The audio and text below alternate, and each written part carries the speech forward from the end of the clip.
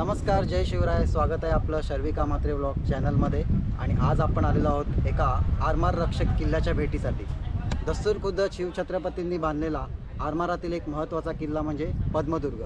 तर आपण या किल्ल्याचा इतिहास देखील जाणून घेणार आहोत. त्याचबरोबर किल्ल्यामध्ये कोणकोणत्या वास्तू आहेत त्याचा सुद्धा अभ्यास करणार आहोत. चला तर मग सफर करूया पद्मदुर्गाची.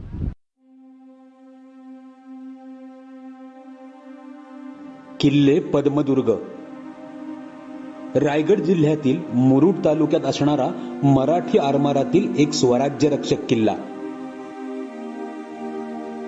जंजिऱ्याच्या सिद्धीला शह देण्यासाठी शिवरायांनी बांधलेला हा जलदुर्ग गेली 350 वर्षे आजही समुद्राच्या लाटांचा तडाखा सोशीत अभिमानाने उभा आहे.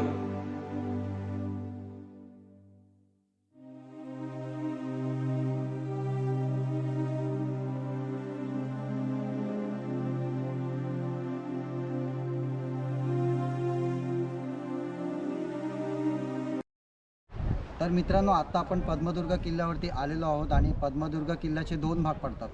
त्यापैकी एक आहे तो पडकोट आणि त्यानंतर या किल्ल्याचा दुसरा भाग म्हणजे किल्ल्याचा मुख्य किल्ला. हा मुख्य भाग आहे. या मुख्य भागात सुद्धा आपण जाणार आहोत. किल्ल्याच्या मुख्य भागातील हे प्रवेशद्वार.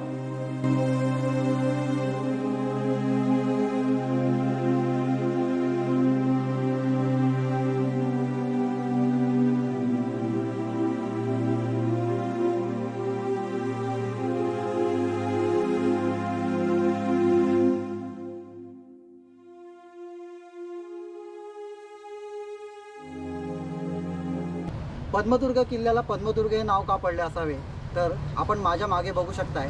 मागचा जो पडकोटाचा भाग आहे तिथे आपल्याला एक बुरुज दिसतोय. त्या बुरुजाचं नाव आहे पाकळी बुरुज. पद्म याचा अर्थ आहे कमळ. संस्कृतमध्ये पद्मला कमळ असे म्हणतात. कमळाचा ज्याप्रमाणे पाकळ्या आहेत त्याचप्रमाणे या बुरुजाचा पाकळ्या दिसतात. या पाकळी बुरुजावरूनच किल्ल्याला पद्मदुर्ग असे नाव पडले असावे.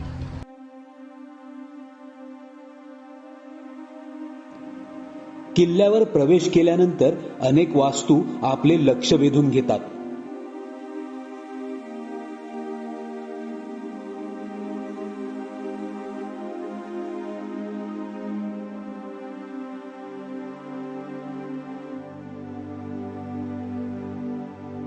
मित्रांनो, पद्मदुर्ग किल्ल्याच्या बांधकामापूर्वी या ठिकाणी एक कासा नावाचा खडक होता. या कासा नावाच्या खडकावरती महाराजांनी पद्मदुर्ग हा किल्ला बांधला. त्यामुळे पद्मदुर्गाला कासा किल्ला असेही म्हणतात.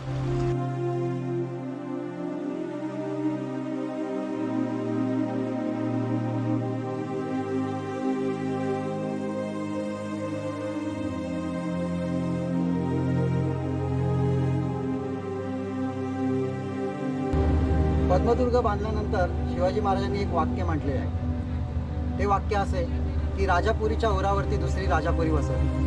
राजापुरी अर्थात जंजिरा. या जंजिराला शह देण्यासाठी शिवाजी महाराजांनी त्याच्याच बाजूला म्हणजे सिद्धीच्या छाताडावर हा पद्मदुर्ग किल्ला बसवला.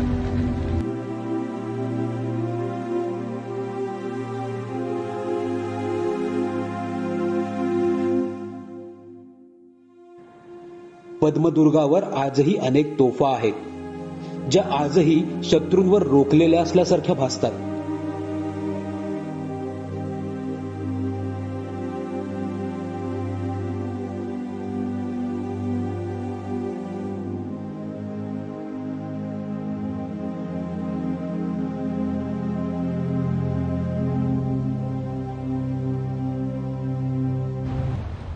स्वराज्यातील शत्रूवर नजर ठेवण्यासाठी त्याचप्रमाणे इथल्या व्यापारावर लक्ष ठेवण्यासाठी आरमाराच्या अंतर्गत स्वराज्यातील आपली सत्ता मजबूत करण्यासाठी आणि सर्वात महत्त्वाचं म्हणजे जंजिराच्या सिद्धीला शह देण्यासाठी शिवाजी महाराजांनी हा पद्मदुर्ग किल्ला बांधला.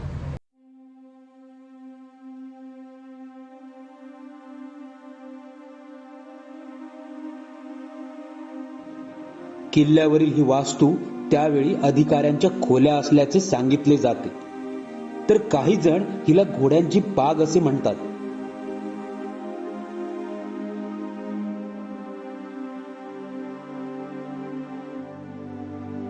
मित्रांनो, पद्मदुर्गावरून जंजिरा किल्ला घेण्यासाठी अनेक प्रयत्न शिवाजी महाराजांच्या काळात झाले. त्यापैकीच एक म्हणून इसवी सन 1676 मध्ये मोरोपंत पिंगळे यांच्या नेतृत्वामध्ये एक मोहीम आखली गेली. या मोहिमेमध्ये तराफांवरून जंजिरावर तोफांचा मारा केला गेला, परंतु जंजिराच्या बलाढ्य तोफांपुढे हा मारा अयशस्वी ठरला. मोरोपंत पिंगळ्यांच्या अयशस्वी प्रयत्नानंतर मोरोपंत पिंगळ्यांनी पुन्हा एक धाडसी बेट टाकला. या मोहिमेअंतर्गत लायजी पाटील यांनी आपल्या 8 ते 10 सहकाऱ्यांना घेऊन जंजिरा गाठला आणि जंजिराच्या मागे एक शिडी लावली. शिडी लावल्यानंतर लायजी पाटील आपल्या इतर सहकाऱ्यांची म्हणजेच मोरोपंत पिंगळे आणि त्यांच्या इतर सहकाऱ्यांची वाट पाहत राहिले, परंतु पहाट उजाडली तरी मोरोपंत पिंगळे तिथे पोचू शकले नाही. त्यामुळे निराश होऊन लायजी पाटील यांनी पुन्हा पद्मदुर्ग गाठला. मोहीम अयशस्वी ठरली, परंतु शिवाजी महाराजांनी लायजी पाटलांचे धाडस पाहून त्यांना पालखी म्हणून एक भेट दिली. लायजी पाटलांनी ही पालखी नम्रपणे नाकारली. त्यानंतर शिवाजी महाराजांनी याच लायजी पाटलांना एक गलबत आणि त्यानंतर छत्री आणि एक निशाण, त्याचबरोबर दर्याकिनारची सरपाटलिकी म्हणून बक्षीस दिली.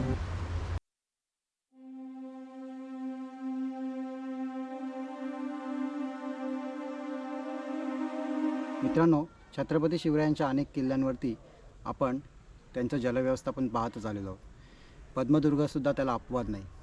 पद्मदुर्गामध्ये जे जलव्यवस्थापन केलेलं आहे त्याचा उत्तम नमुना म्हणजे आपण माझ्या मागे बघू शकताय त्या पाण्याच्या टाक्या.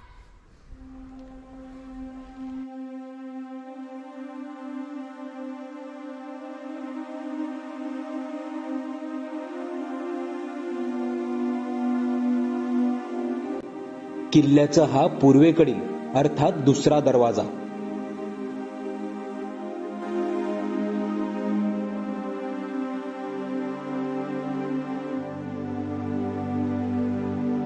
पद्मदुर्गाचे बांधकाम आजही सुस्थितीत असल्याचे जाणवते. ह्यावरून शिवकालीन दुर्गशास्त्र किती प्रगत होते याची प्रचिती येते.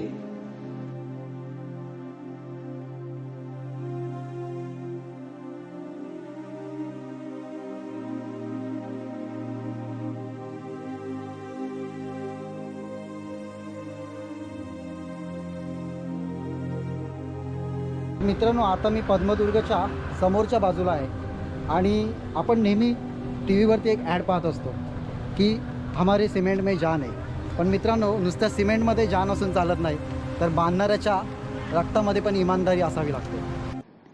गेली 350 वर्षे ही वास्तू लाटांशी झुंज देते, पण आज त्या वास्तूचे दगड झिजले आहेत. त्यासाठी वापरलेला चुना मात्र आजही जैसे थे आहे.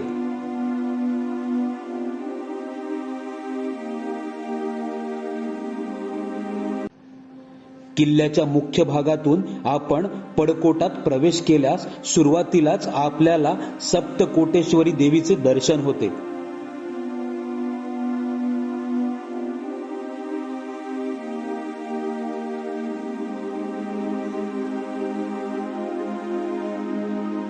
पडकोटातील हा पाकळी बुरुज आजही खंबीरपणे उभा आहे.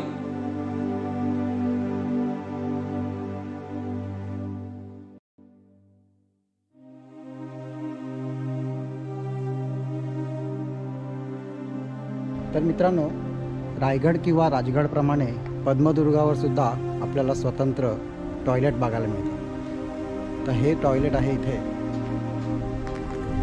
या बाजूला अशी एक स्वतंत्र खोली आहे आणि त्या खोलीमध्ये हे टॉयलेटची सोय त्यावेळी महाराजांनी 350 वर्षापूर्वी केली होती.